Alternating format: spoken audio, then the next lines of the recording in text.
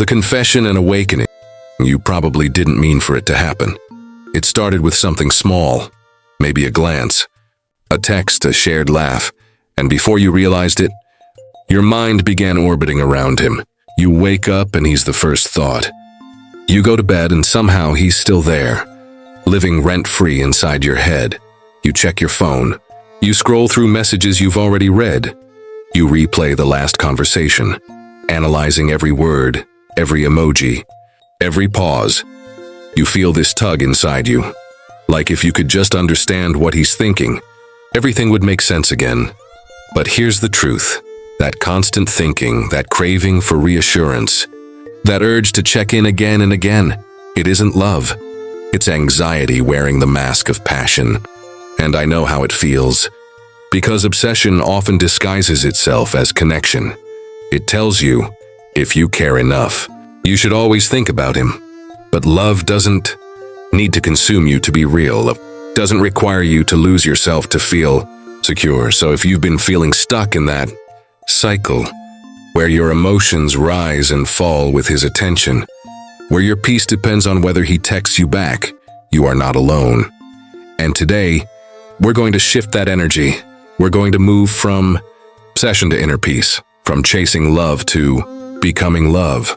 This isn't about cutting him out of your life. It's about bringing yourself back into your own. Because when you stop orbiting around someone else's world, you return home to yours. And that's where your power lives. So take a breath. You don't have to fight your feelings. You just have to understand them. That's where we'll begin. What obsession really is.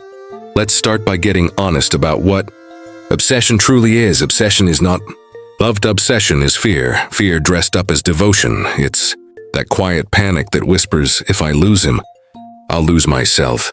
It's checking your phone over and over because silence feels unbearable.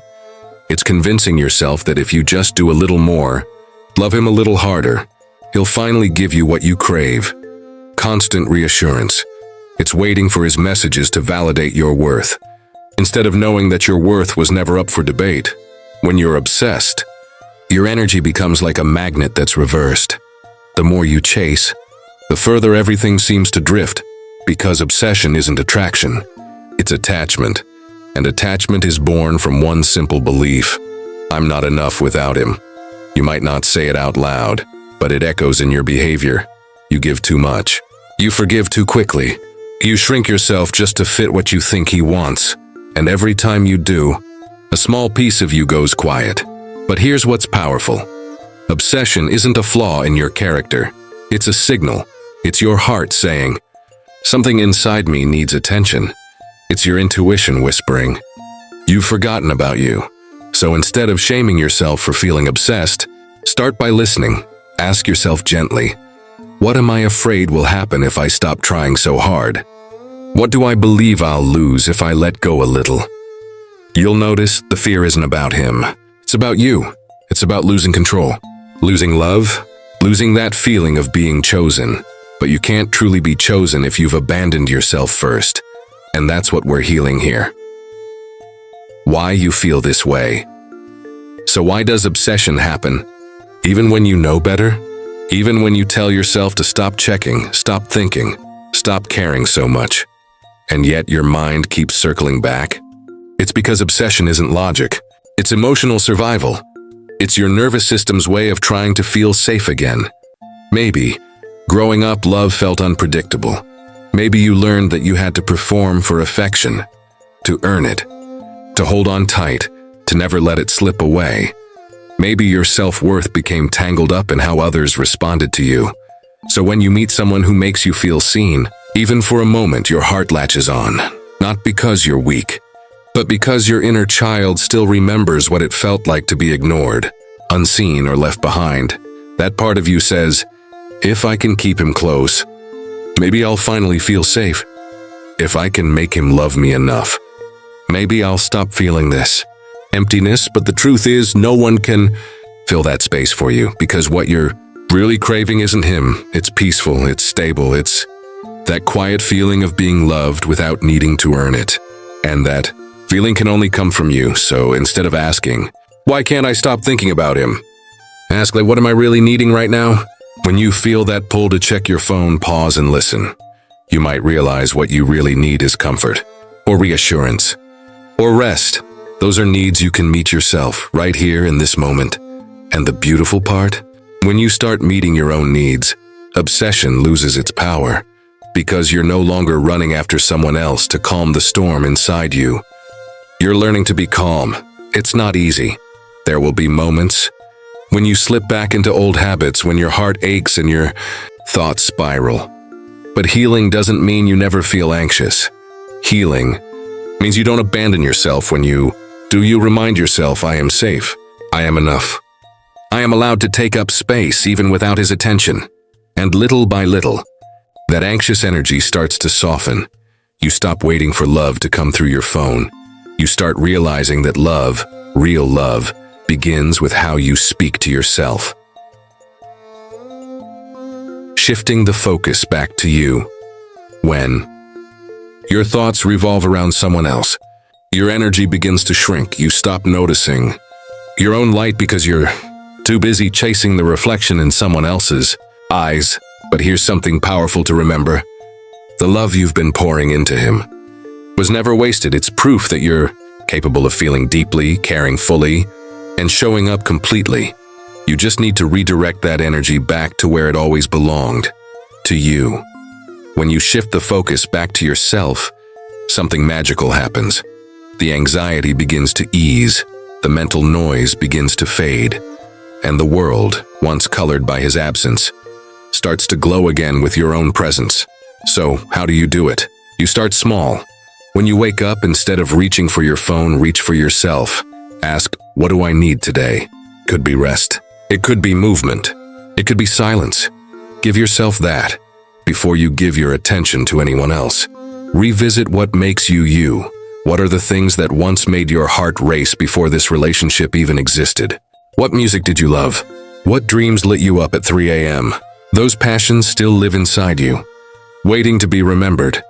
And as you begin to fill your own life again with hobbies, friends, growth, and self-care, you create something beautiful, emotional balance, because obsession thrives in emptiness. But when your life is full, with purpose, laughter, and meaning, there's no space for it to take root. You start to realize that he's just one part of your world, not the whole universe. And that realization sets you free. Maybe you'll start journaling again.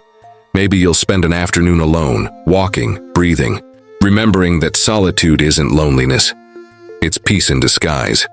Maybe you'll rediscover that you are your own best company.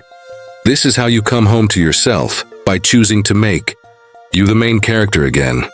When your focus returns to yourself, your energy changes, you glow differently, you walk differently. You stop chasing because you finally understand. The love you were seeking from him was really your own reflection, waiting to be noticed. And the moment you notice it, that's when your power returns. Building emotional independence. Let's talk about emotional independence. It's not about closing your heart or pretending you don't care. It's about learning how to love without losing yourself. Think of it this way. When you depend on someone else for emotional stability, you hand them the keys to your peace. When they're kind, you're happy. When they're distant, you crumble. When they text, your mood lifts. When they don't, it sinks. That's not love. That's emotional outsourcing. Emotional independence means this: I can love you deeply and still stand firmly on my own 2 feet. It's being able to say, I want you, but I don't need you to survive. That's not cold, and it's strong. Because the truth is, relationships flourish when they come from freedom, not fear. You deserve a love that feels like peace, not panic. A love that grows from choice, not desperation. And that begins with how you treat yourself. Start by nurturing your own emotional ecosystem. When you feel anxious, breathe. When you feel insecure, hold space for that emotion without judgment. Tell yourself, it's okay that I feel this way. I'm learning. I'm healing. Every time you soothe your own emotions instead of reaching for someone else to do it for you, you strengthen your self-trust. You show your nervous system, I am my own safety, and when you become your own safety, Obsession cannot survive, because obsession feeds on fear. Fear of abandonment, fear of rejection, fear of not being enough. But safety feeds on trust. Trust in yourself, trust in life. Trust that love doesn't have to be chased. One of the hardest truths in healing is that real love requires distance. Not emotional distance, but energetic space. It's in that space that desire, curiosity, and appreciation can breathe. Think of it like this. If you water a plant too much, it drowns. If you smother love with constant worry, withers. Healthy love breathes, it moves, it grows. It allows both people to be whole, not halves of one another. And when you learn to stand alone, your presence becomes magnetic. People can feel when you're rooted in yourself, when your joy doesn't depend on their validation. That's the kind of energy that attracts genuine connection. So, the next time you feel the urge to cling, pause, breathe.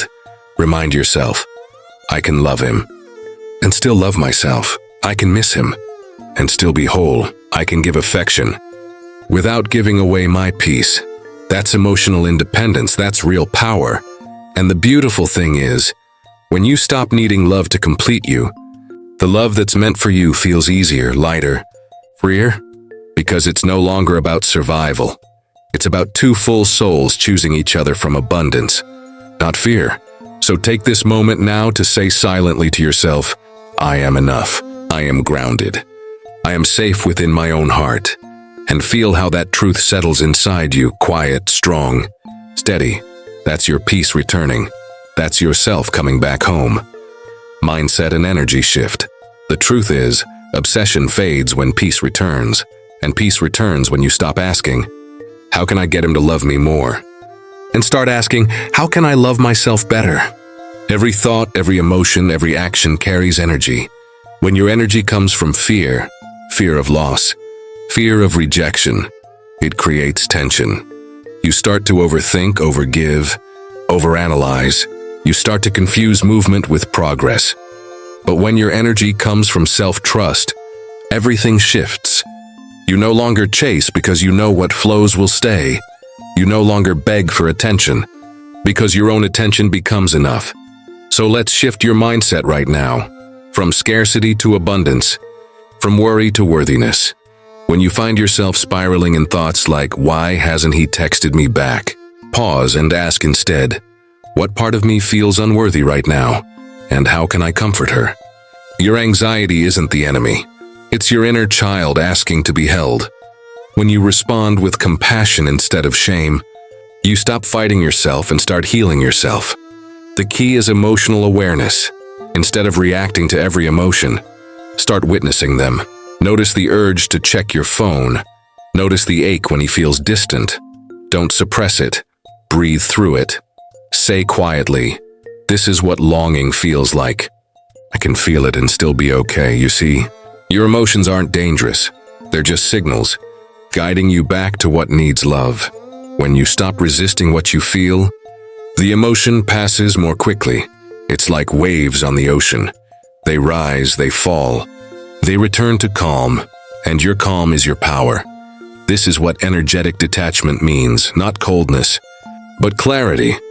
It means you can care about someone deeply without letting their every action control your mood. It means you can feel love without needing constant proof. It means you can be open without being consumed. That's the sweet spot of healthy love, when both people are free, yet deeply connected. So whenever you feel that wave of obsession, remember, this isn't a setback. It's an invitation to pause, breathe, and recenter in your own energy. Try this mental exercise. Close your eyes for a moment and imagine your energy as light, a soft golden glow in your chest. Each time you think about him, notice that glow shrinking slightly, as if you're giving away pieces of your energy. Now, imagine taking a gentle breath in, and as you inhale, that light expands again, returning to you. It doesn't take away your love for him. It just brings you back into your own balance, because that's what this whole journey is about, coming back home to yourself. And when your energy is grounded, your reality begins to mirror that peace. You stop attracting chaos, because chaos no longer feels like home. You stop craving the highs and lows because calm finally feels safe. That's the mindset shift that changes everything. You no longer see love as something to earn. You see it as something to share. You no longer see your worth as conditional. You feel it as constant. And when you walk through the world with that energy, the people around you can sense it. They feel your peace. They feel your wholeness. And that's when love becomes effortless. Not because you need it, but because you already have it. Reclaiming your power. This is the moment where everything comes full circle, where you step out of obsession and into your power. You've spent so long trying to be chosen that you may have forgotten you were never meant to be chosen by someone else. You were meant to choose yourself, because when you choose yourself, everything changes. You start showing up differently. You stop chasing, stop begging, stop proving. You move with quiet confidence, knowing that love will meet you where you are, not where you're hiding. Reclaiming your power doesn't mean cutting people off or closing your heart. It means opening your heart to yourself first. It means saying, I trust that I am enough even when I'm alone.